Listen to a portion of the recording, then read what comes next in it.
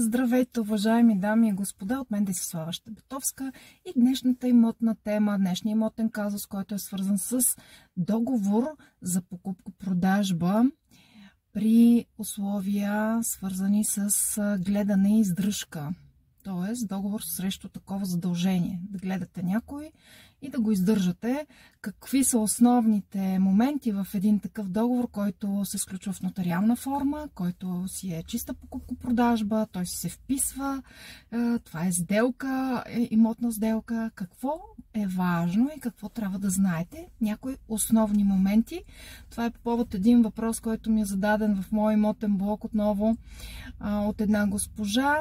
Останете с мен сега с този имотен казус. И така, днешната тема е договор за прехвърляне на недвижим имот срещу задължения за издръжка и гледане. Казусът е следният. Здравейте, преди години брат ми убеди мама, а пък тя мен да подари чрез покупко-продажба старата къща на мама и новата, която мама изплати, но в нея живее брат ми. Покупко-продажбата уж беше 100 лева, но и тях едва ли е дал.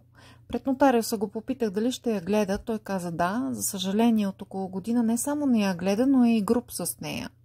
Има ли вариант този договор да бъде развален и каква е приблизително сумата?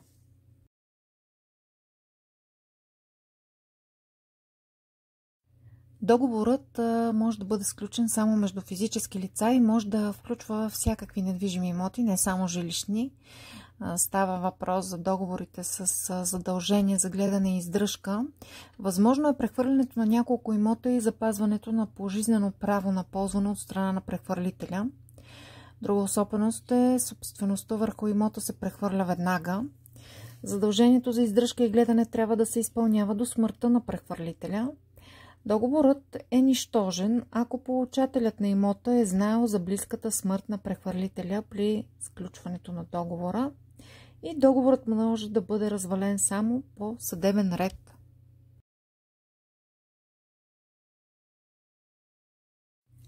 Давността за предявяване на иск пред съда е 5 години от датата на неизпълнение на задължението по договора.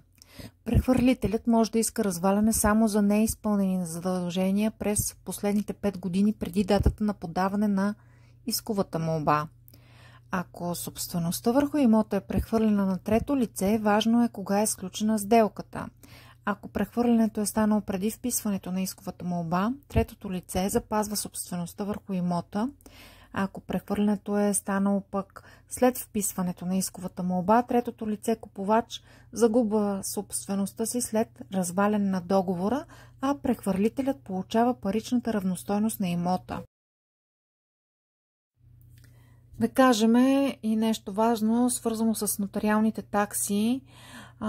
Нотариалните и други такси са същите като при обичайна сделка за покупко-продажба. Това е важно от гледна точка разходите, когато имате такава сделка. Има разлика между дарение на имот и прехвърляне на имот срещу задължение за гледане и издръжка. Дарението е безвъзмездно, докато когато прехвърляте имот срещу задължение за издръжка и гледане, има насрещно задължение, което трябва да се изпълни. Запазеното право на ползване пък е право, което собственика може да учреди на трето лице. И третото лице може да ползва имота пожизнено или за някакъв определен срок. Правото на ползване може да бъде учредено върху целият имот или върху части от него. Задължението за издръжка и гледане, както и запазеното право на ползване се вписват в имотния регистър към Агенция по вписванията и са вид тежест за имота. Ако дарен имот се придобие от трети лица преди изтичане на 5-годишния давностен срок, продажбата може да бъде оспорена от наследници с запазени части. Добре е купувача да се снабди с удостоверение за наследници преди покупка на имот, който преди това е бил дарен. Може да се запознаете с теми, свързани с запазени части. Аз съм говорила за такива имотни казуси, както и съм писала в сайта ми. Проверете имота и за завещания в съответната агенция по вписвания. Това е много важно.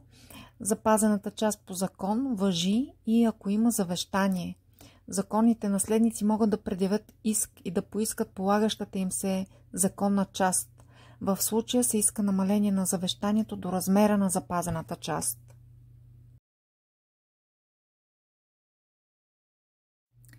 И така, нищо не може да направите по вашия казус. Нищо не може да направите, тъй като е извършена покупко-продажба на имота. Минало е време. Не става ясно кога е сключена сделката. Не става ясно въобще има ли клаузи за издръжка и гледане какво е съдържанието на акта, на този договор, нотариалният акт за покупко-продажба. Как са гарантирани правата и защитата на майка ви в него.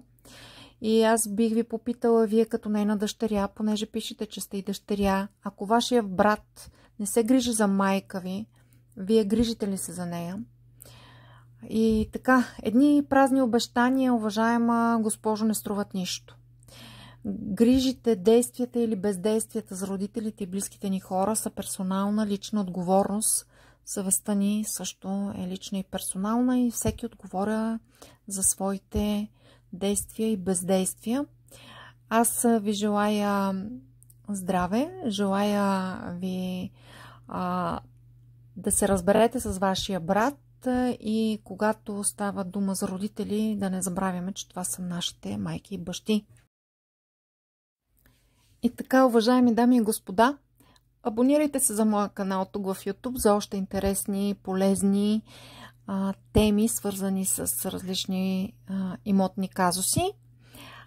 Посетете и моя уебсайт щебетовска.com, където може да намерите цялостна онлайн програма за сделки с имоти. До скоро!